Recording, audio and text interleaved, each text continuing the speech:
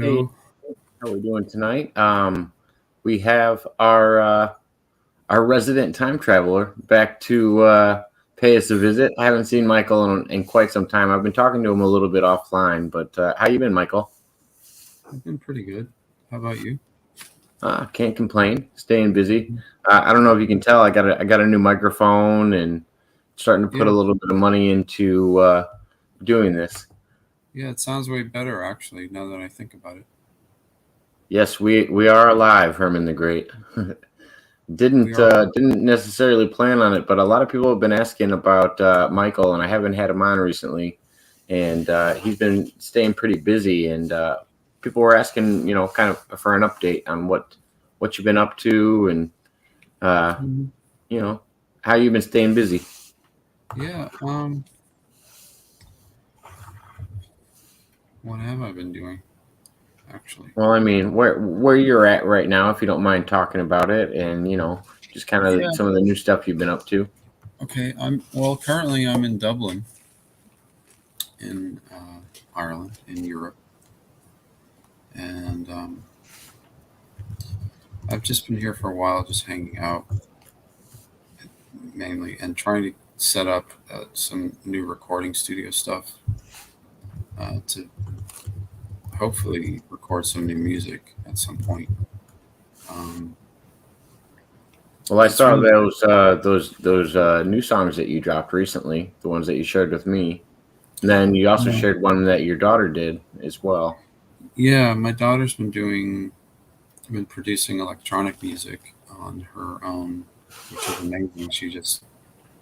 She has a computer set up and she just does it and it's done. And um, I've been helping her get it out to the public via the distributor for Young Astronauts Club. Actually, it's distributed that way. Um, it's fun. It's cool to see. You know, I mean, she's my daughter, so it's cool. But like, it's in a bigger picture. It's really cool to see younger people doing something creative and artistic and musical.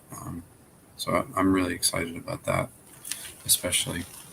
Do you feel like you've had a lot of inspiration with the musical influence that she's picked up, or do you think it's a little bit of everything and I it's guess, yeah, I guess it's quite possible. I mean, she's been around us making music her whole life, so it's quite likely that she picked up the bug basically just by watching us, yeah? being around us. So, Well, it's nice I'm really, having that kind of equipment around where she can pick up an instrument and try it yeah, out. And yeah, she just kind of figured out herself how to do it too. It wasn't like we actually taught her. She just started playing around on electronic.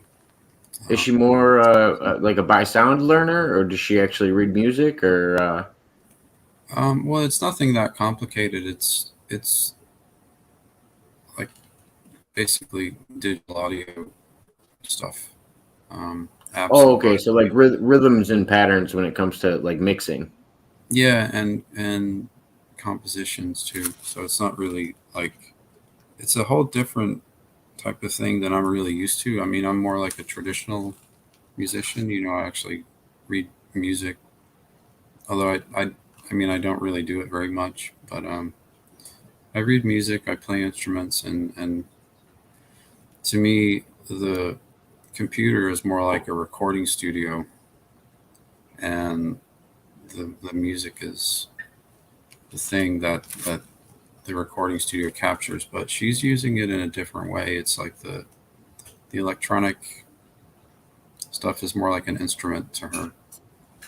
Um, I've Yeah, learned no, how to do it. I dabbled with mixing for a little bit. It's very interesting how much you can when it when you think about because the best example I can always give is when somebody from the Doors musical group.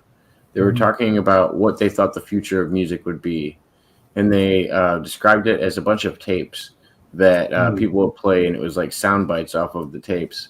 Yeah, And I was like, that is kind of the idea of what people do with mixing nowadays. They get like pieces, these sounds, or these recorded sounds, or even noises, Hmm. and compile them to make a lot of different things. Yeah, I mean, I hip mean, there's hop multiple really styles started. just in electronic music. Yeah, if you listen to, well, yeah, there's electronic music. There's a lot of the so-called krautrock stuff that really kind of pioneered that. Even the Beatles did some of that kind of stuff actually, and people like Delia Derbyshire, who was the composer of the Doctor Who theme. Oh, okay. That was really, yeah. She kind of invented that stuff actually, but like I'm coming from that a little bit, but like mostly I'm actually just a musician. You know, I play guitar. I can get by on piano and drums and everything else, but and I learned how to sing a little bit adequately enough to sing the songs that I compose and write. But the that type of music is still for me it's like a foreign language in some ways. But Yeah. she's No, and yeah, it's even evolving from where it was before. Like when you look at genres like dubstep or something like that, I feel like it's even gotten more, down its own lane. yeah. The early hip hop was really good with I guess if you want I know the what you're saying about Jim Morrison there. He was talking about future music and the tape loops and everything else. Yeah. But I think if you look at like early hip hop too, you'll find that there's a really good comparison. Listen to the likes of even Run DMC and Oh definitely yeah. like Any original DJs that were actually scratching real records yeah, rather than the digital inputs that we have nowadays. It's actual yeah, DJing. yeah. Like Public Enemy was amazing for that.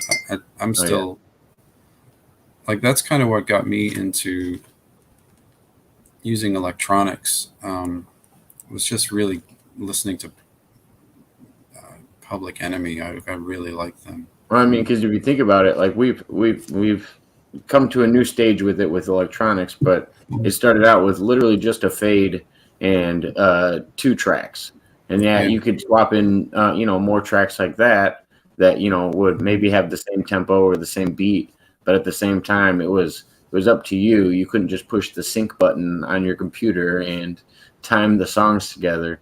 Like it was actually a lot more work. yeah,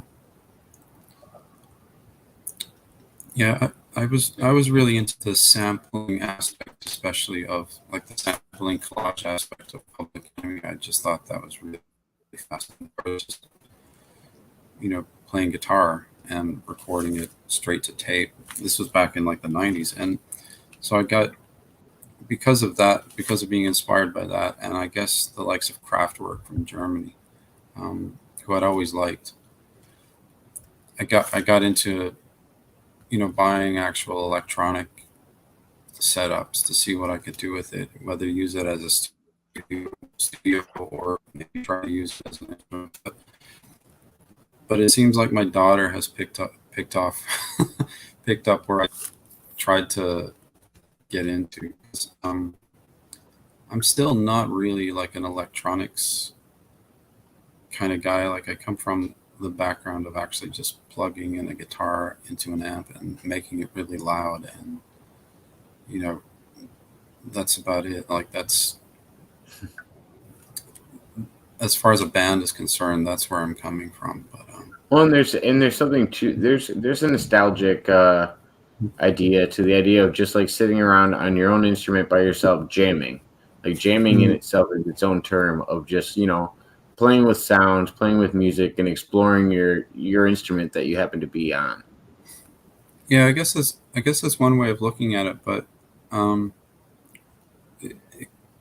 it can be nostalgic if you're looking at it that way. But to a lot of people who actually do that, there's no nostalgia involved. It's the way way have learned to play music. And, it's the way that we express emotion and thoughts and ideas. So, But I feel like there's that balance though. When you think about it too much like work, you don't Mhm. get the same result. You know what I mean? If you're trying to produce rather than just enjoying what you're doing, sometimes I Mhm. feel like there's a little balance in there. Yeah, I guess it's good to enjoy it. For That's me, probably how I described it, like with that nostalgia idea that how music just brings you back to that place, and Mhm. if you're exploring and finding new sounds, and you end up coming across something that reminds you of something else, or that just sounds good at the time, I feel like Yeah, there's something to that. yeah. For me, I think when I first got into really writing songs, I mean, they were definitely very loud, very heavy rock songs. Um, and at that point, it was just like I wasn't trying really to sound like anything, or there was no sort of artificial artifice involved. I guess there was no kind of superficial aspect to it. It was just all about pure emotion, and so and as a young man as I was only like you know barely 15 and 16 when I started the Young Astronauts Club band, when it started to really take off. And so there were all these like emotions involved with just being a young person, and having nowhere to really put them that was creative or constructive at the time. It was like there wasn't a whole lot back then. It was different. It was a really different world for a kid in the suburbs of Boston in the 90s than it is now. It's like there's a lot more available to people. I suppose that's maybe why it can be thought of differently now, but um, back then it was definitely very different, and it was really all that a lot of people had was that as an outlet. We didn't have 100,000 video games. We didn't have like Yeah, 50 million TV channels. We didn't have we didn't have we're social talking networks. like late '60s, early '70s. I'm sorry. What are we talking, like late '60s, early Oh '70s? no, I'm not that old. I was only born No, like no, no. Just in general, for a time frame that you're talking about growing up in Boston. I didn't know if you were talking about in infancy or a little bit later or what. yeah. Well, I started the band in the 90s. Oh, okay. So, well, I mean, you guys still had systems and stuff, but that wasn't like a pastime like it is now. Yeah, but those were I for feel the like rich. games are now like a pastime for kids. Like Yeah, you know what I mean? There's something they're way too involved with. yeah. Those were for the rich kids, and I'm Yeah. from the wrong side of the tracks. You know what I'm saying? So it was, it's like we didn't Oh yeah, no, have. we had I remember growing up in the early '90s. We had Mm, one regular Nintendo that my grandma owned, and all mm, of the eight aunts and uncles would pass it around the houses just so mm. everybody could get to try it. Like we never owned our own systems when we were growing up. Yeah, we didn't have a lot of that kind of stuff. That was. I mean, yeah, the schools had them, and uh, or had schools had computer systems by that point, but like some of the people that I knew who were connected to like military and who were military contractors, families and stuff like this had advanced computer systems, but even those weren't as great as we have everywhere now. So it's like we Well, just didn't have. speaking of advanced computer systems, Mm. tell us a little bit about this mining operation you got Oh going yeah, on out here in Dublin. yeah. Well, we're mining Bitcoin. We started mining Bitcoin. Um, so it's a good thing as far as I'm concerned. I don't have to. When I started buying Bitcoin in 2017, I was just looking back at my first transactions, which I still my first purchases and transactions. The purchases that I made, I still haven't used. I still have them. I haven't sold them. Um, my first purchase was in December of 2017. It was it was actually I was advised about it by someone who we know named Andy Bishago, Yeah. and he was involved in a Bitcoin trading business back then. That I don't know how that did, but he told me about it, and he was trying to get me into it because I told him I had some money, and I had some money from previous work, and I was at the time looking for something new to get into to invest in, and it was the perfect thing. He told me about it. I Did he learned have about it. to? Did he have to talk to you into it at all, or just kind of gave you the No, food to look into it yourself? yeah, it wasn't like a sales thing at all. It was more like just an education, from uh, basically a friendly person to me. We were talking as friendly as we're talking right now, Um, and he just explained it to me,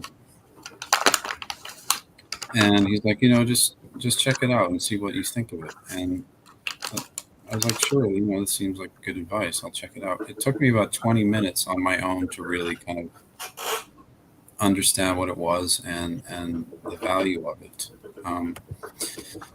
and the potential future value of it, which is now the case.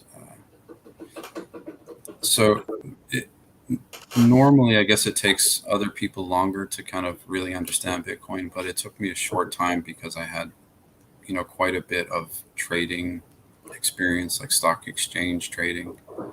Um, Yeah.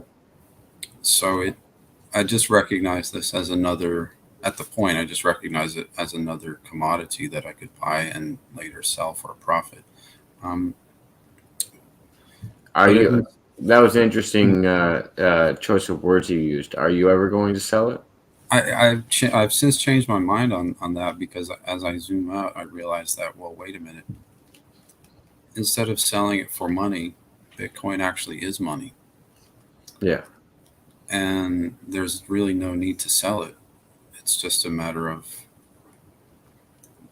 holding on to it until the eventuality of other people adopting it, and I can just use it as a currency at that point. And that's probably what I'm going to do. I mean, I don't foresee myself ever really wanting to sell. Uh, I'm sure there'll be a time possibly that I might have to sell some to transact in a certain way because, if I want to buy something, you can't really necessarily buy everything that you would like to buy in Bitcoin right Well, now. when you do kind of a value trade at Mhm. current level plus whatever taxes they're going to try to take out on you on the market, whatever Yeah, market you're presenting it to. yeah. Well, there are ways to not do that, but there are Well, I ways mean, to. because you told me a little bit about the values of the blockchain and at least keeping it on that so you don't have the middleman. Mm-hmm. We were talking about that a little bit tonight, and that was the reason I had reached out to you a few hours ago was because we had brought up Bitcoin, and I was like, I can only bring up what I've talked to Michael about, and we've talked about a little bit. I don't know if I've given you the update. Mr. Pena now has his Bitcoin wallet that he has now added to all of his channel, That's and awesome. so he can now take Bitcoin donations for the first time. That's really cool. Yeah, I Um, told him he's starting to he's getting those baby steps put in. that's really cool. Yeah, and you know the way things are going and the way things have gone. Um, if he were to put even just like $50 of his own money into that wallet right now and just left it there, it, it's hard to explain how this is going to grow into just a probable massive fortune in a matter of a few years. Like it's Well, what do you think? Like the rate of expansion is on it? Do you think it's growing over time, or do you think it's yeah. a steady rise, or because it reaches plateaus at certain points, but just watching it in the past, but Yeah. I feel like it's It, constantly rising at least. yeah, it is. The general trend has been it's multiplied by about 10 times every year. It seems to have slowed down a little bit right now. I'm not sure if that's because of a decrease in the trend or because of the world has basically been shut down for the last 2 years. And pretty financially unstable. Yeah. Yeah, so it's sort of like, which one is it? If Hmm. it's just the shutdown, then I kind of foresee that it might and probably will bounce back really high in a very short time. Do you And if think? it's Do you think it'll come back if the market crashes, or do you like? Because I think the market crash will actually benefit yeah, Bitcoin rather than, the market comes back from where it's at right now. I think we're set up for another depression the way that we're going. yeah, But if the it's a high market spending, at least with the U.S. currency. I don't know how it is elsewhere. yeah, if the market crashes, then Bitcoin will win. And at this point, basically Bitcoin has already won. It's just a matter of like crossing the finish line. It's there's a race and we have all these runners and Bitcoin is way, way, way, way ahead. It just hasn't quite hit the finish line, but it's inevitable that it's going to win the race because it's so far advanced and it's so different to everything else. You can use it the entire world over. It multiplies in value. That's unprecedented. It doesn't happen with any other currency. It's never happened with any other currency. And I know. Well, and that's what most people look at when they see cryptocurrency in general is using the race analogy. They see it acting like the hare and being so far in front and feeling like if they don't catch the wave soon enough that it'll pass them by and they'll never. It may not be the end financial system in people's eyes right now because yeah, they can't even picture cryptocurrency as being a form of currency, really. I've yeah, had people constantly tell me, "What do you do with Bitcoin?" Like, I don't ever know where to cash it in. I'm like, well, most people are sitting on it, but at the same time, down the street from me, I have ATMs for cryptocurrency. I didn't yeah. realize they were even around. Well, a lot of this has to do with the fact that people have kind of a false understanding of what money, of the purpose of money anyway. People think money's for spending, whereas money's really not for spending, it's for saving. So it's kind of like, It depends on if you live in the U.S. or not. I uh, feel like the U.S. motto is spend, spend, spend. well, I mean, if you're talking about the government, that's different. The government is not the United States, as we know. It's the government, and it's oh, and well, and they, I feel like to a certain extent, they want society spending.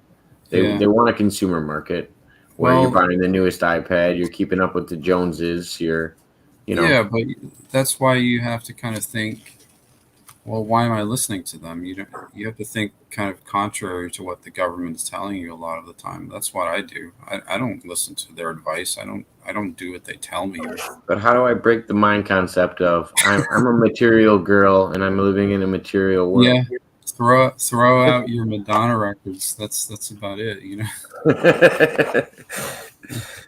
Keeping on the track of music, I'm like, oh, that just always remind me and Mr. Pena always get to that point because oh, you can't be material about things. You can't be material about things, and then usually the people that are preaching it are still material about a lot of things, and they Yeah, don't want to admit to it. It's it's the same way yeah, with addiction or anything else in life. I feel like a lot of people are addicted to things and they don't want to admit that they are. I feel like yeah. everybody's got their own personal addiction, whether it's drama, whether it's caffeine, whether it's going for walks in the park. It could be literally anything. Whether it's you know $1 billion worth of Bitcoin.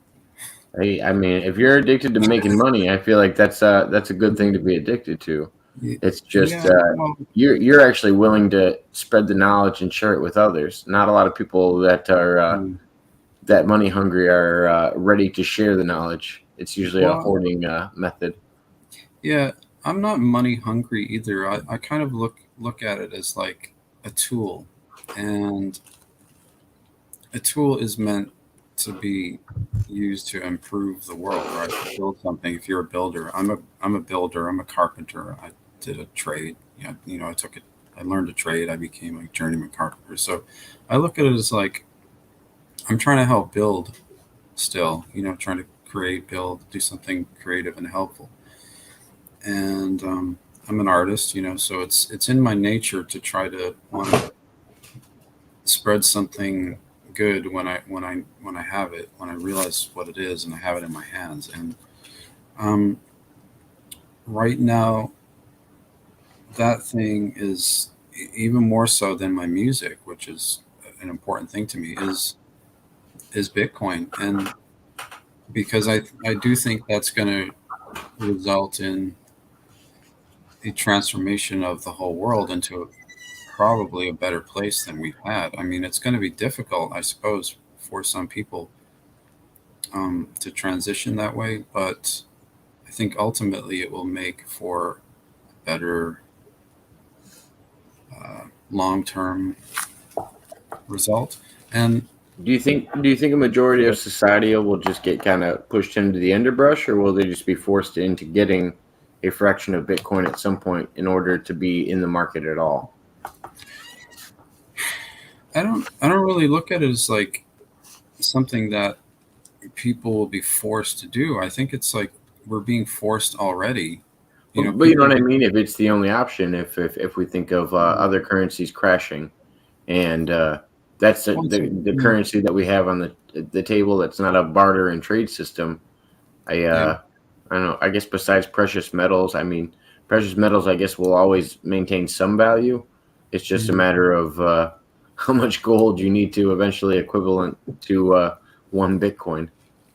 Well, If you're thinking Bitcoin is of the long already. term aspect. Yeah. Bitcoin is already surpassing gold as an investment. It's just far superior. I used to trade gold. I used to own gold and buy gold and silver. I used to own silver and buy and sell it. I used to own oil and corn, things like this, huge amounts of it. Like you, you go online and yeah, I just bought like 100,000 pounds worth of corn with my computer. It's That's some Jesse Ventura stuff right Yeah, there. it's somewhere. I I don't got know where it 10 is. silos of corn. Yeah, he's I have. he's also got some silos that he fills with corn down in Mexico Yeah, since he's been down there. I've heard that quote from him before. yeah. Well, corn is a great asset because you can buy it and you can sell it always for more than you bought it for. So Oh I've yeah. done that, and I've done the same, similar with gold and silver. Um, but even better than that is Bitcoin because you don't really have to do anything with it. You don't have to pay attention to it every day. You don't have to make sure that the price is not fluctuating too much. You can kind of just buy it and leave it there and come back to it later, and you know that it's likely going to be in profit. So it's like a savings account, basically, to me. It's like I don't put my money in the bank anymore. Well, that's actually what started me having this conversation the other day. I jumped on Jimmy Rizzo's show. He's in Europe, Mm-hmm. and one of his guests was talking about the money that they were investing in gold. And Yeah. I literally jumped on and said, no, you should probably invest in Bitcoin. Look into it if you're not already. And he was like, well, you're trying to make the argument that gold was more valuable and this and that. And they were pulling up, well, you got to have this middleman in order to have Bitcoin. I was like, well, no, you got to get this blockchain. I was like, Yeah, you do. and I actually referenced you a couple of times. I was like, my guest that I have on is the one that's told me about this and kind of introduced Yeah. it to me. And yeah, I slowly trying to relay the information to other people Mhm. as best as I can without misinterpreting it. Yeah. And it's really good information. It's if people would stop listening to all of the fear and uncertainty and doubt, as we call it in the Bitcoin community, FUD. Well, and I think it's Mhm. electronic. I think it's the electronic community as well. Mhm. Everybody thinks of it as a temporary thing because it's so fresh and new. Yeah, Like but it's more. in the eyes of the public, the internet itself. Like I remember when we first started getting free AOL discs in the mail and Yeah. on newsstands, and when they started, producing the internet for the public. Mhm.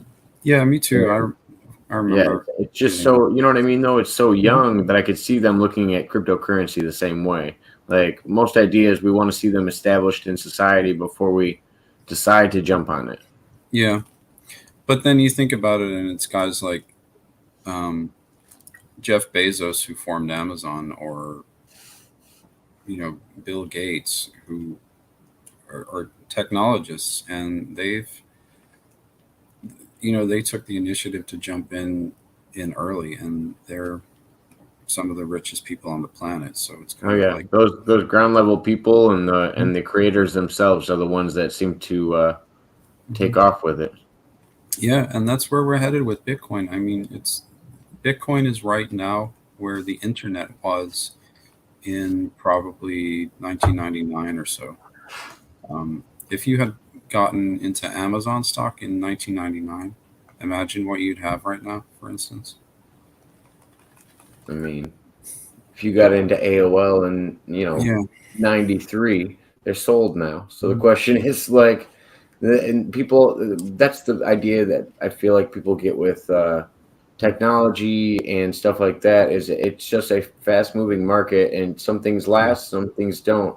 Besides Yeah. Google, how many of those businesses are still around? Maybe Ask, used to be Ask Jeeves, and now it's like ask.com. That's Yahoo. Yahoo's still around. AOL got bought out. Mhm. But a lot of these companies just, pass under the market, or they get sold or bought out by other bigger companies. And some of them are very temporary. And I Yeah. think that's going to happen with other cryptocurrencies, not like Bitcoin, your Doja coin, your all your other. Yeah. Those are definitely, yeah, I'd say pretty much all of the cryptocurrencies. I don't are temporary. I mean, I'm sure some of them will do well, but I think for the most part, they're probably going to disappear. They'll still be around, but they won't be used very much, kind of thing. I think Bitcoin is definitely here to stay, and like it or not, I have no opinion of it personally. I just recognize it for what it is, and realize that, yeah, it's going to stay around. It's a far superior coin to any of the cryptocurrencies. It's a far superior technology to any of the other money that exists on the planet, and it's far superior in terms of saving money to any bank. It's far superior to any method of investing money, and that includes like buying Amazon, Microsoft, gold, silver, any of these things. It's just the level of profit involved is just unheard of in any market. Um, And what is it that made you uh, come to the idea with this business that you talked to me about earlier today? mhm.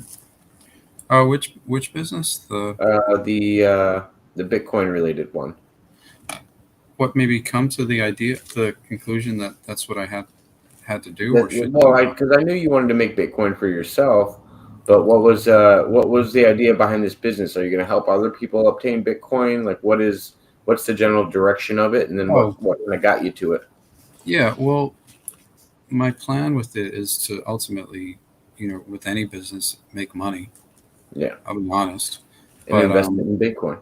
yeah, well, if Bitcoin is the money, then to acquire Bitcoin, I think of Bitcoin as what I'm paid in at this point. I don't think of it as something to convert into other money. I think of Bitcoin as money. So it's like I'm earning Bitcoin. I think of Bitcoin as money. So it's like my my my mission there for myself and my family and relatives and everything else is to earn money for myself.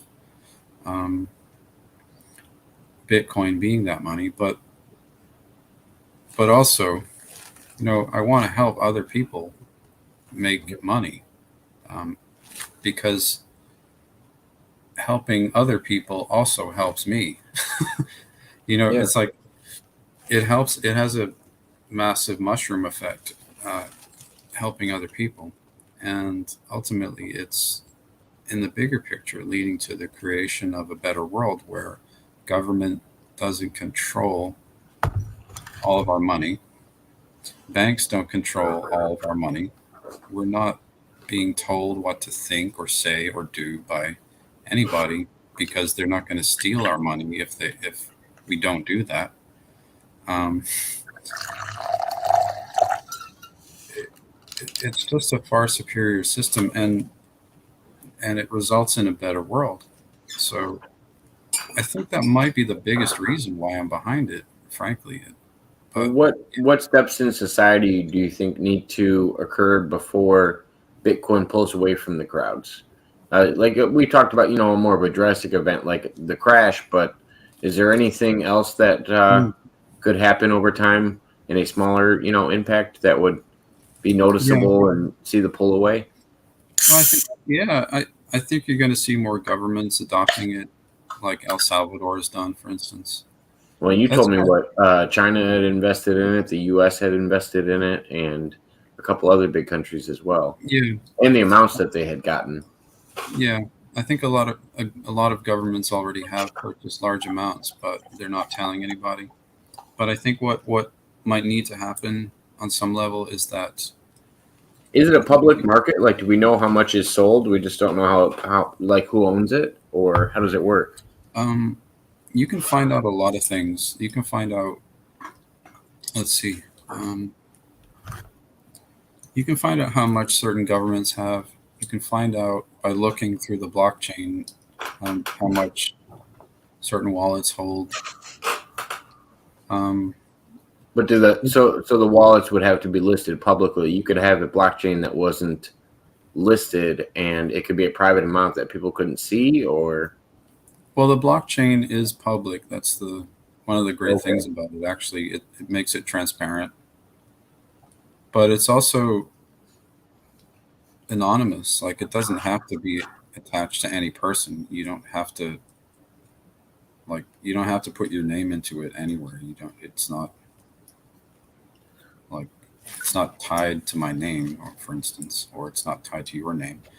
Um, so say if somebody wanted to target me, they wouldn't know where my wallet is, first of all, and secondly, they wouldn't know how to get into it because it's so secure that they can't really get into it. It's too unhackable. Well, and so that's another question that people have been asking me is so during this mining process, are people Mhm. mining from the blockchain, or where are they mining Yeah. these fractions from? Well, mining's just a term. Basically, what mining is you're using computers to solve. Well, built into the protocol of Bitcoin is the pending creation of X amount of Bitcoin. It's several million, I think. But you said there's a Um, cap, though, right? yeah, there will only ever be 21 million ever made, but right now, all of those 21 million don't exist yet. There's only, I think it's something like 18 million exist, and there's a few million left to be created or mined. So what mining is the creation of these new pieces of Bitcoin. Um, so this is done with computer systems that are fairly advanced at this point, that they tie into the blockchain network, and solve advanced mathematical problems, um, that then result in a reward. The reward being new Bitcoin, um, and they verify previous existing Bitcoin purchases and transactions. So it's a community effort, really, with the use of technology. So, what's the other ways that they can create Bitcoin if somebody was to purchase it and there wasn't no more available on the market, or the other ways you can create Bitcoin? There are no other ways you can create it. You can buy it from people who are selling it, who already have it. But so the only market for buying Bitcoin is somebody selling it. correct. Okay. So if everybody was holding their Bitcoin, you couldn't buy any, because what I'm saying is mining the only way that you can create that 2 million gap, or Yep. is there another? Okay. So mining is the only way it can be created then. It's the only way new Bitcoin can be created. Yes. Okay. That's what I was wondering. I just didn't know if the market wasn't for sale, if somebody paid the current value of a Bitcoin, if they would create a Bitcoin in order for that person to have it to get to that 2 million mark and get to the 21,000 or 21 million that you were talking about. That 21 million will not be reached until, I think, the year 2140 or so. It's not expected to be reached until the year 2140. So then will mining be done at that point, or they mine from different places? Yeah, it'll be more or less finished, but you'll still, I mean, that's 120 years from now. But so I just didn't know if they, you know what I mean? If the financial system is to withhold until that point, I would assume they would almost, have to evolve and mine from different places and not mine from, the ether of the 2 million that need to be created up until that point. Yeah. Well, mining won't exist, but what will exist is transactions. And so as a result of that, you can still earn money with your mining equipment through the verification of transactions. So there will still be profit for miners in the Bitcoin space, in the Bitcoin community at that point. So it's just a matter of I feel like that middleman space that you refer to, like almost that banker type space, is almost going to be considered like real estate at that point. Yeah. It's a place where you just sit in, and everybody that's holding Bitcoin, on your market, you're making tax money off of them, basically. Well, yeah, there's work involved, though. I mean, it costs money to maintain the machines. It costs money to run them. You do have to buy them. Or do you think the market will ever get to a point where everybody just owns their, everybody has it on the blockchain, and or the market does cut out middlemen at some point?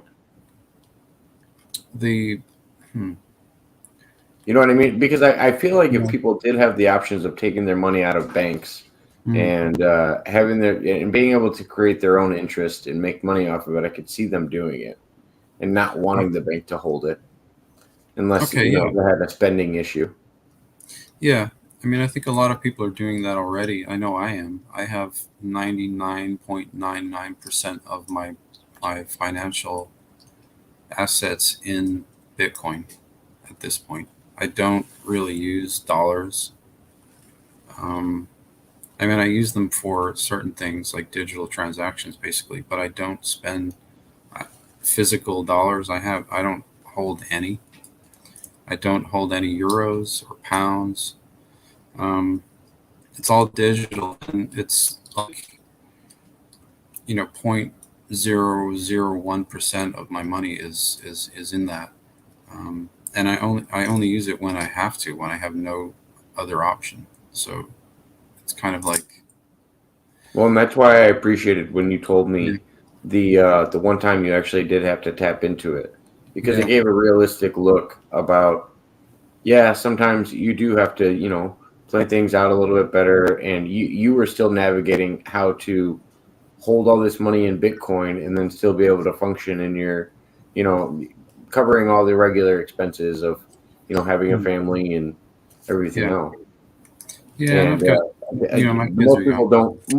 people that are making that kind of money, they don't relate those normal problems that a lot of people, have. Yeah. Well, I'm still a kid, so and my I have kids. They're young, so it's kind of like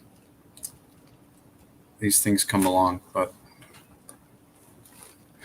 Um, but yeah, you are right about the thing where you said it is basically like real estate. Bitcoin has been referred to at this point by a lot of people as basically digital real estate, and that's really what it is. It's how are you going to use that real estate? Are you going to sell it or are you going to transact with it? I mean, you transact with real estate. You know, you So, and when you're not transacting with it, it's off the market, like a uh, property or. well, it is its own market. That's the thing. You're referring to the market as in the traditional Well, dollar. if And Bitcoin isn't for sale, then how would it be? So companies would buy it up when it's for sale in order to sell it at a later point, or like, you know what I mean? Like, I don't understand yeah, if you were because I think about it in a just a value aspect.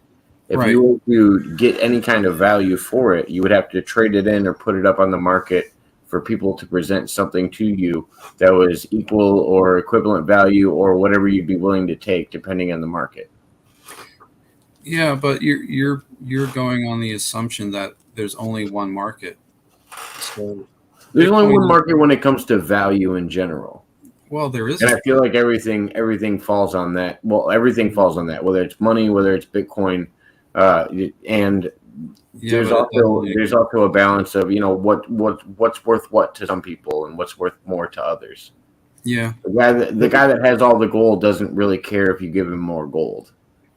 right. And it's the same with Bitcoin. It's like if I have $1 billion worth of, if I have 1,500 Bitcoins, am I going to care if somebody wants to buy some from me? No, I'm not. Why am I going to sell it? You know, if I have a, a block of real estate in Chicago or Manhattan, I'm not going to sell it. It's not worth it to me. I'm just going to keep it.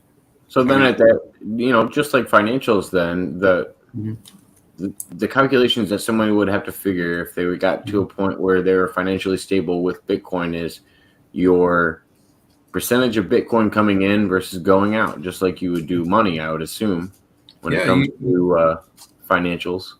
yeah. After a point, your brain just kind of if you're new to the space, I guess your brain will kind of adjust to thinking of Bitcoin itself as money and as a way to transact Well, rather than. let me give a good example, or let me break it down where I feel like you could let me pick your brain a little bit.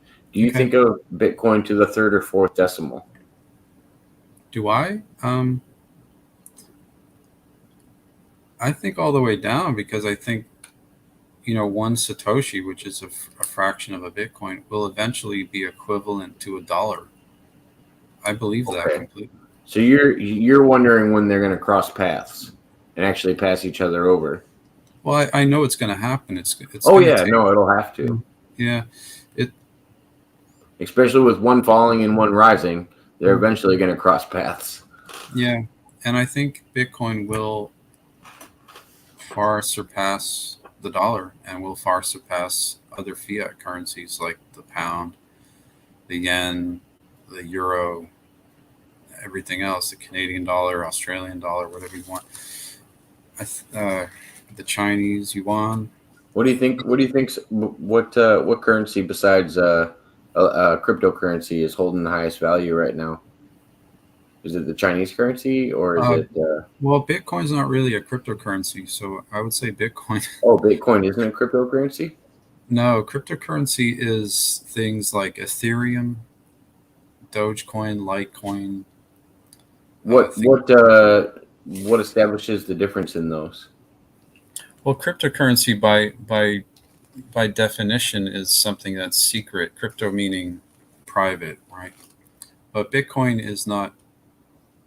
It's not private in the sense that you can actually go on the blockchain and see exactly what's happened with it. It's not. Okay, so because you can view the market, that makes Mhm. it not crypto. Yeah, And Okay. the problem with cryptocurrencies, as I see it, is that the well, we'll just take one example, which is a popular one. It's called Ethereum. I'm sure you've heard of it. Um, right? It's not really private because it's centralized. There's a central controller. There's a central owner of the network. Um, this person can literally, at his whim, create another million Ethereum and just put It's it not out. backed. It's not backed by anything, by value, or Uh, I didn't know if it has to reach a certain value before they can create more, or what it's based off of. well, value of cryptos are relatively arbitrary. I think Well, it's because I more. think the smaller cryptos that I mean you have referred to in the past, they remind me of when people like boost a stock. They Yeah, get people interested in it, get them to invest in it, and then yeah, everybody cashes out and gets their value for what it's at the time. yeah. That's kind of what cryptocurrency is. It's a sales pitch. Like Bitcoin and crypto are different because Bitcoin holders are generally people who are like educators. They'll teach you rather than try to sell you something. I'm not trying to sell anything. As a or excuse me, a cryptocurrency holder is and crypto markets. It just, when you really break it down, it seems to me and feels like as well that they're just trying to sell you something, and there's no real basis for it. It's just hype. It's just manipulation, and it's just whim. Whereas Bitcoin is actually, like, frankly, I don't, in the big picture, to me, it doesn't matter if people buy it because it's going to be used anyhow because it's a superior product. It's like, here's Bitcoin, here's the other ones, and Bitcoin is just like, it's like the apex, as people call it, the apex predator of money. So They're it's almost like two solar. I mean, they're almost like two planets in a solar system, dividing yeah, over a vast existence. One's going one direction, and the other one's going the other, yeah, and the divide is just greater and greater over time. yeah. I think a lot of cryptocurrencies are designed to get you to part with your Bitcoin as well. Well, Um, and you told me most of the people that establish these cryptocurrencies are putting their money back into Bitcoin. yeah, They're they actually are. not investing them in their own cryptocurrencies. No, they're just selling it, and they take that profit and then they save it in Bitcoin. So their money is Bitcoin. Even the people who created the cryptocurrencies. So it's like, why use something like that? It's not as reliable. It's not reliable at all, frankly. It's just the same as the dollar, where the federal government can come along and print $1 trillion worth of money and pump it in the system, and it deflates the value of all of your money. Yeah. So it's just, it's a loss to anyone who wants to view it as something, as anyone who wants to view wealth as something to preserve and to hand down to the family and the grandkids, and use in the long term. It's a It was interesting when I was talking to Jimmy Rizzo on his show the other day because he referenced Fort Knox, and Mhm. it was interesting getting a European's perspective about what he thought was in Fort Knox in the U.S. Mhm. Because I have my own perspective of what I think is in Fort Knox. I think if there's any gold in there, it belongs to other countries, and we're just guarding it. I don't believe the Mhm. U.S. has any, if that much gold in Fort Knox at all. But I think it's probably empty, I think and it's I think, empty in general. yeah, I'm pretty sure it is, and I think probably. Because I know they've been Well, refusing audits for, gosh, a mhm, long, long time. yeah. The one time we had to do it was back in the 60s. Really, I didn't know that, but it makes sense because I think Fort When Knox it was. wasn't a real audit, we basically just got to record inside the building. And then I believe they ended up even debunking the video and saying that some of the bars ended up being fake once they actually looked into it. Yeah, it seems like it's there for show at this point, and Yeah. I'm pretty sure all of America's gold is not even in Oh the yeah, the United. gold standard's been taken off the market since what, the 70s? Nixon? Yeah, 1971, but um, I'm pretty sure that our allies are holding our gold. How so? How so? The actual physical gold? Do you think people are holding it, Yeah, or do you think we just have yeah. it scattered all No, over the U.S.? no, I don't think it's at all in the United States because, well, for a number of reasons. One, that we can't trust our government to not steal it from us. Yeah. No, I had that same Mm, conversation with the guy that told me he was investing in it, and I was like, "Well, what do you mm, do when the government just says, okay, you got to hand over all your gold now?" And they go, mhm. "What kind of government would do that? That's just Yeah. not right." And I was like, "The U.S. government did it a few times. I'm pretty sure they've done it in Europe. They did it in Mm, Nazi Germany. They they've done it in a yeah. lot of different scenarios." Yeah. Well, back then, when gold was made illegal, a lot of Americans just got smart and moved their gold to Canada, for instance, or, I mean, yeah, who's going to look there? well, it's a big country. No, that's true. Um, yeah, it's hard to find things in Canada. It's a big country. But yeah, I mean, there are other countries that are very closely allied with the United States that look out for us, the American people, more so than our own government, which is really strange when you think about it. But um, that is unfortunately the case. And I don't want to bring too much attention to them, but I'm pretty sure I know where a huge portion, if not most of the U.S. gold is, and it's not inside the United States. Switzerland.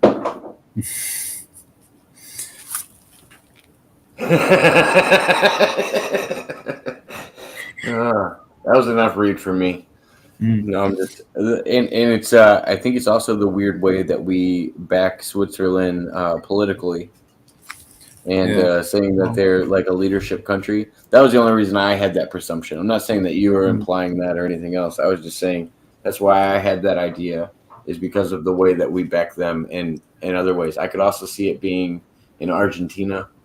I could see mm. it being in a lot of like small unnoticed countries, Yeah. just like you suggested with Canada. Well, I think it's probably a good idea that the current people in the government may not even know where the U.S. gold is because Oh yeah, I don't and it's trust them. probably in more than one spot too. Mm. I feel like Quite, it would be. quite I feel possible. like it would be spread out just for security purposes. It's possible. But the truth is, if you really look at it in the bigger picture, gold doesn't mean anything. I No, mean, I mean, you are. especially, I mean, over time, it's losing value. If that's the the long term scheme of things, it's not going to hold value over time. Yeah, and that's actually how I made money on the with stocks. Yeah, Was you said you were playing the downside, right? Yeah, I recognize the fact that gold and silver, especially, constantly lose value. So I um, put into positions against both of those, knowing that they were going to actually lose value. Um, and it was always right. So it's like if you have an asset that's continuously losing against another asset, why would you invest in it? For crying out loud, you can't do that. That's just dumb. So what you do is you find what asset that is constantly winning against that asset, and you What do you invest in mean? It doesn't make sense to invest in a failing market? it. Well, this is the mistake that many people keep making, and I know this is uh, the people who know better. It's a frustrating thing, but because we want people to be successful, we want people to be Well, and wealthy. especially from your perspective, I mean, especially when you're trying to introduce it to people, I could see how it could be almost irritating to you because you know how much it's helped you. And when you Yeah. know how much it's actually helped you, you know how much it could help others, and Mhm. you're just watching it slip through people's fingers. Yeah, It's because it's almost hard to watch, I assume. yeah, it's painful because people don't want to avail of the information, and it is there. It's just a matter of, are they going to take it? And I I deal with people every day who are just like, that's never going to work. You're stupid. You're an idiot. You're a moron. And then, 8, 9 times out of 10, like a week later, they eat those words. They just have to eat their own words. Well, And yeah, it takes a matter of 10 minutes to look up the value and the rise of Mhm. Bitcoin, and then if you look Yeah, at it over a month, you go, "Oh, that's how much I could have made a month ago when somebody told me yeah, about it." yeah, exactly. I wish I had done that then, but then it's like, well, you could have done that then, but is it still too late? I And mean, the truth is it ever too late if that's going to be the future? is, it The too late? question is, how soon are you going to get on it where you're making it by, or you're Yeah. doing it just because this is the only form of currency now? Well, I think both can be factors, but right now Bitcoin's only about $44,000 for one, which is not really a lot of money. Um, I thought it was higher than that. I thought the value of a whole Bitcoin was close to like 177,000. no, it's not that high yet. But we are quickly on the way to that. It's only 44. I was just checking it this morning, You can and buy a whole Bitcoin at $50. oh, 44,000, not $50. Oh, I thought you were saying 44. I'm like, wait, what? Yeah, it's That didn't. 44,000 for a single Bitcoin right now. And Okay. but you know that may seem high, but people are going to feel really dumb for not buying at least some fractions of one right now, because it's going to be six figures by the end of this year without a doubt. And in the middle of next year, they're going to feel really dumb when they have to pile into it at $600,000 a coin because Well, I was laughing because when I was talking to that guy in the Jimmy Rizzo show, he was talking about a frivolous trade that somebody made with Bitcoin prior to it being, at the success it is now, and it was for something insignificant. They had yeah, just cashed out like a few Bitcoin for something, and it was, oh man, if you just would have kept it to this point, it could mhm, have 100 times fold, taken care yeah, of what you were looking for. yep. And that's what I'm going to do. I think I'm not going to really sell any. I don't think there's a lot of pressure to sell, but you just kind of have to ignore it and realize that it's just people who don't either A, know any better, or B, don't really care. So why should you listen to them? They don't have a stake in what you're doing. They just have their agenda, which is for you to, like, people have this weird idea that it's like, okay, if I get this guy to cash out to sell all his holdings, then I get to have some of his money. It's like, no. I don't Does know. does more people owning Bitcoin bring down the value of it, or does it increase it, It increases or, it. or would it or would it be more beneficial for one person value wise to own it and limit the market? The more it's, I mean, value is, it depends on what you're comparing it to, because if you're comparing I it just to, my curiosity is if it's spread over multiple people and owners, is it worth more than it is if it's only owned through a few? Like when you think of the value of money, I feel like money has less value when it's spread between the 1%, and then everybody else gets the trickle down effect. Well, the value of, if you're talking specifically about dollars, that's really very arbitrary at this point. It's it's based on the theory that the less of it there is, the more value it holds. And but when you have a government that just keeps printing and printing and adding zeros to the government bank accounts, then it just becomes worthless. It has to do with supply more than usership, available supply. And do you think the demand is based on the other financial markets? I think usually demand is based on available supply. Like for instance, Okay. if there's only 21 million bitcoins ever going to be made, people are going to view it as more desirable of an asset because there will never be any more. It can't, no more of it can be made. Therefore, it's considered rare. It's a rare asset. You can't. Most people at this point can't ever own all Bitcoin. It's just not within their budgets, like in the whole world. You know, most people don't have 44,000 US dollars to plunk down on a bunch of numbers in the internet. It's just not within the realm of their ability. And even if it were, many people just wouldn't do it because they don't understand it. They view it as too much of a risk. And I just think it's really sad. That's going to turn people like me into the next Jeff Bezos or whoever. I mean, Well, it's going to make that brings me to my wrap up question.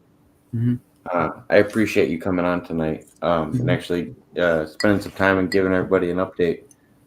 How much do you think it would take for somebody to run for president and actually be on all the ballots in the United States? Well, it takes about $3 million to actually get your name on all of the ballots in every state. And is that like a designated amount per state, or is it certain states that are worth more? Yeah, there are different, registration fees per state, Okay, depending on the state. but that would get you on the ballot at least. That would get you on every ballot. And also, there's the issue of campaign money that a lot of people pour. Oh yeah, the campaigning is a whole nother side to it. Yeah. So, but that's becoming even less and less expensive for people. The internet is actually, I mean, look at the last election. It was won by Twitter and the Donald Trump getting elected. I don't mean the Biden election. I mean the last actual election that we had. I was wondering where you were going with that. That's what I mean. I mean the actual last election that we had. I'm not referring to the Biden election. I use that. I mean, yeah, I mean, it's hard to reference that one because I mean he got the most votes in history, more than Barack Obama. Yeah, that was interesting. Yeah, well, that's easy to do when the Chinese government has printing presses that make it look like you're sending U.S. mail. So it's pretty easy to do. Oh yeah, no, there's definitely a lot of theories about the last election, and I can't wait to see because I've been wanting to talk to you about that as well. I don't know how much you've been following U.S. politics since you've been out, but Well, some interesting things going on. Yeah, I'm still in the United States. You know what I mean? Like, I still reside in the U.S. Oh no, I just didn't. I know that if I would treat it like a vacation if I was out there with my family, and I would be Mhm. like, you know what, the last thing I would need to worry about right now is U.S. politics. I'm here in Dublin, and that's the last thing I want to worry about. I want to go look up wherever Conor McGregor lives and pitch him some sales ideas, and like I would have a Mhm. whole different game plan for what I was doing in Dublin than I would if I was residing in the U.S. at the time. Yeah. Um, well, I still reside in the United States as well, so it's like, you know, and I think with any place that you are, there's a saying: if you don't, it'll turn on you. Oh, okay. Yeah, no, that's true. And if you're not following it enough, it could pass you by. And yeah, there's a really good chance you could miss out on things that were going on. But I don't know. There with at least with U.S. politics, there's a certain level of toxicity that comes with it. Yeah, That's not necessarily related to politics. yeah. Um, I'm kind of more just always trying to keep an eye on what they're doing because Yeah, keep them in your peripherals. At least at least they don't get out of sight, and you can keep them in your keep a good eye crosshairs. on You know them. what I mean? It's kind of I Don't let see them what you venture off too far. see what you guys are doing. You know, it's not just me here. I got all my millions of buddies over here in Texas, for instance, and they're not really going to like what you're doing. You better cut the crap, or else, okay, Mister Government employee. You know what I'm saying? Yeah. That's the way I look at it, and I think that's the smartest way to look at it because even when we're doing that, even when there are people doing that, they still get away with murder a lot of the time. Imagine if we weren't doing that. I was talking about that with Mr. Pena today. Mhm. I mean, there's a majority of people that get into politics to make money and be able to go for the financial gain that comes after politics and being Yeah. on, and being in DC itself and being able to be on the Hill and make these pitches to companies and get them to support the bills that you also want. Like, there's so much corruption involved in the whole Mhm. thing that we call politics, Yeah. and I feel like so little of it actually involves the people and the public in Yeah. a sense of governing. That definitely has been the case. I agree. And that's a lengthy conversation, and it Oh yeah, involves, in itself. No, I yeah, agree. a lot of, We'll have to dive into it another time. yeah, We're probably already about an hour and 15 in, and I yeah, appreciate you just being able to jump on because we were able to give everybody a little update and correct some of my any incorrections we were talking about with Bitcoin earlier tonight. yeah. I appreciate the opportunity to talk and share the information. If it's of any use to anybody, it makes me feel good because that's ultimately what it's about, is trying to help people and spread good information so that they can make actual informed decisions rather than just do what they're told. I'm not telling anybody what to do either, by the way. This is all on this is a individual Well, decisions. yeah, and I've always taken this as advice. And I Mhm. go, oh, Michael gave me this advice about things he knows more about than myself.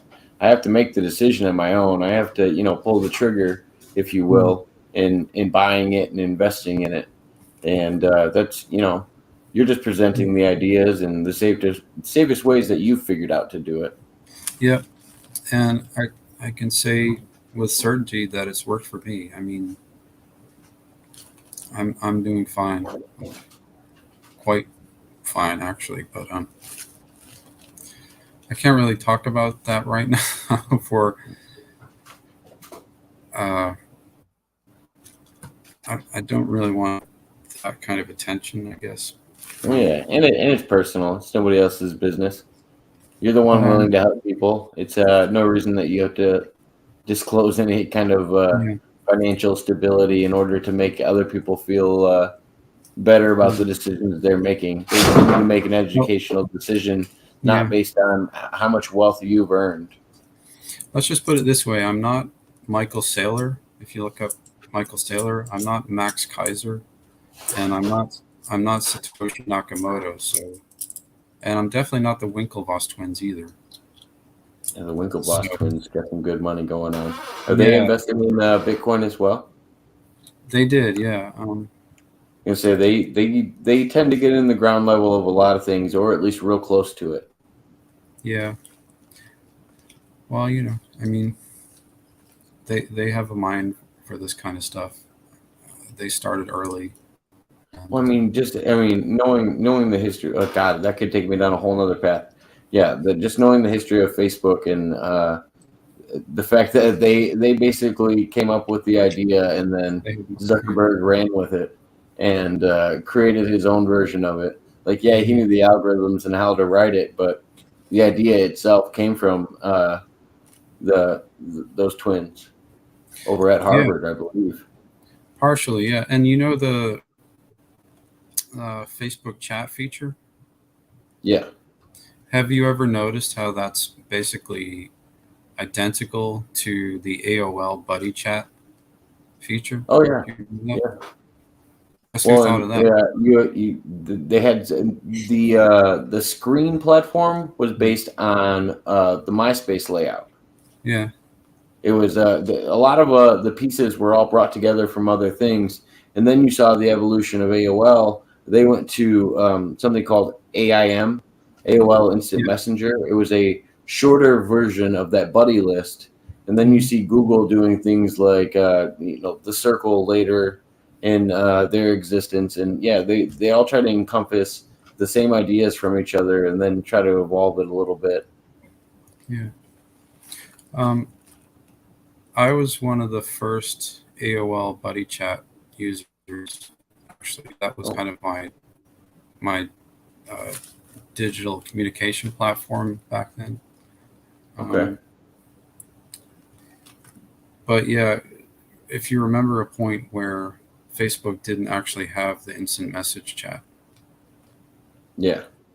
No, it was just the profiles. Yeah. Some clever person who suggested they put that in there, and guess what happened? They put it in there. Yeah. Yeah. I mean, you're welcome.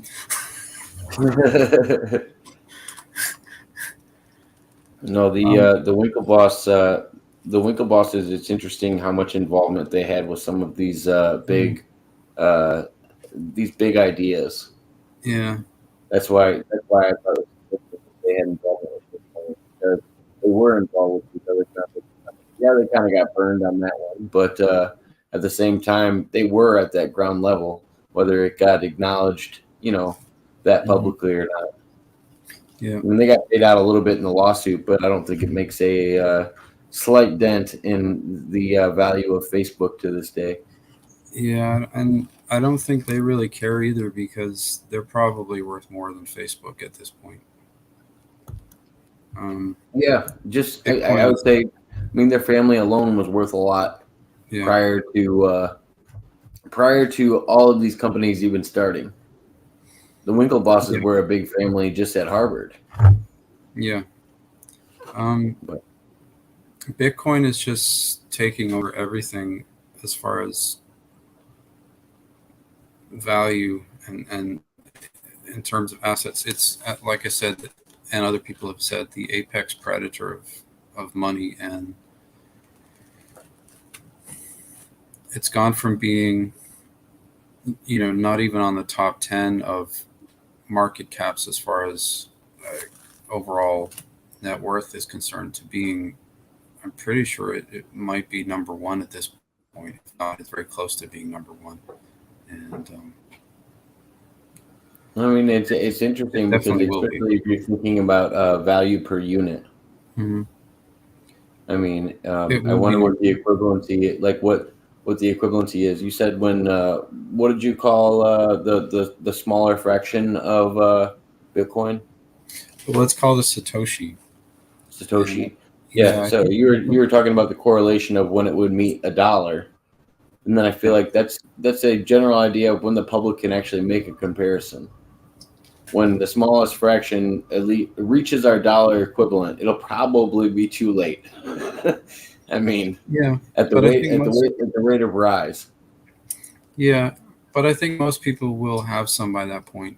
Frankly, I think people are a lot smarter than you give them credit for, and when or they're more than they're being given credit for it. But um, Yeah.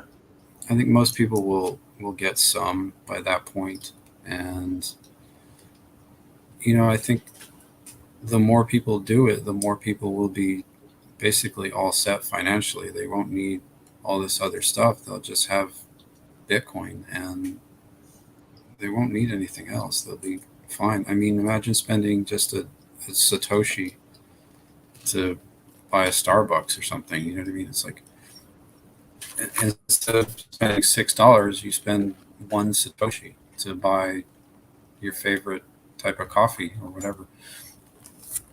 Um, I do think that is where it's going, and I think it will make a better world. It's just it's painful and it's a learning process, but like anything, it, as long as we understand it properly and understand um, that it is beneficial, it will be beneficial. If we keep sort of kicking against it and resisting it, and without really trying to understand it, I think that will just prolong the suffering. I don't want to see that. I don't want that for other people. I don't like suffering. I hate it myself. I hate my own kind of personal sufferings. But and we can't compete against the Federal Reserve System. First of all, we've been trying to mitigate that monster for longer than the United States has existed, um, and it's never worked properly. You know, it's Well, a and, monster. and where until that system, like we were talking about, I feel like until that system changes, we're Mm. reliant on it, or we have to Yeah. see an alternative. Well, that's the alternative, Bitcoin. You know, Yeah, but does the public see it yet? they Yeah, will. they know it's there, but like I said, I really do think it's got to be either the majority of public takes on it, because yes, I do put faith in humanity on making financial decisions that are best for them, but at the same time, sometimes they don't do it until it's painfully obvious. Yeah, I think people will though, and even when it becomes painfully obvious for a lot of people, it still won't be too late. That's good to know. I mean, Yeah. because a lot of people feel like it could reach that point a lot sooner. Mm. That's Yeah. what a lot of people say. They worry that they missed the wave. Yeah. And those of us who got in really early will be buying our own space stations and this kind of stuff. This is what I. This is where it's going. And that's an exponential rate to think about.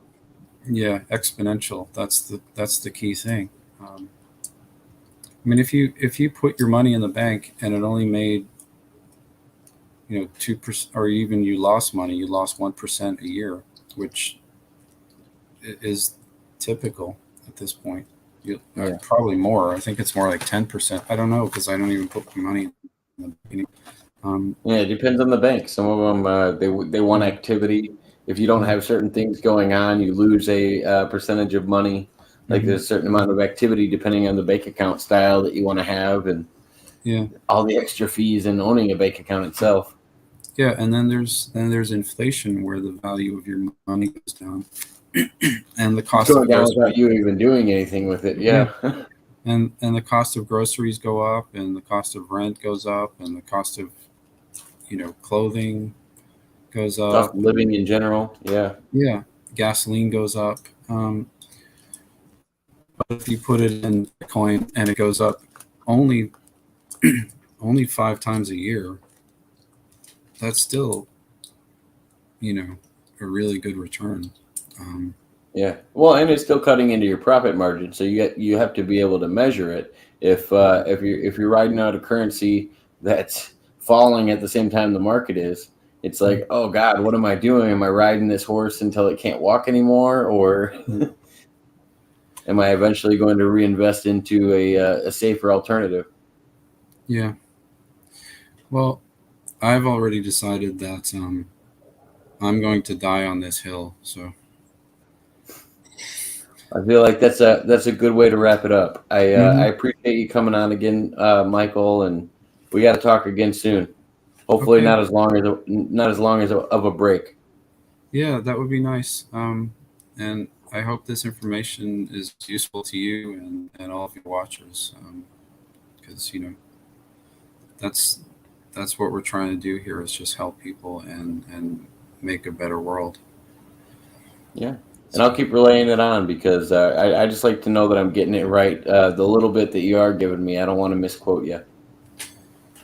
okay, well that's cool. I appreciate that. Oh yeah. So thank you. Oh yeah. Well, thank you again. You have a good night, or good morning in where you're at now, and Yeah. we will talk to you soon. Okay. You too. Take care now.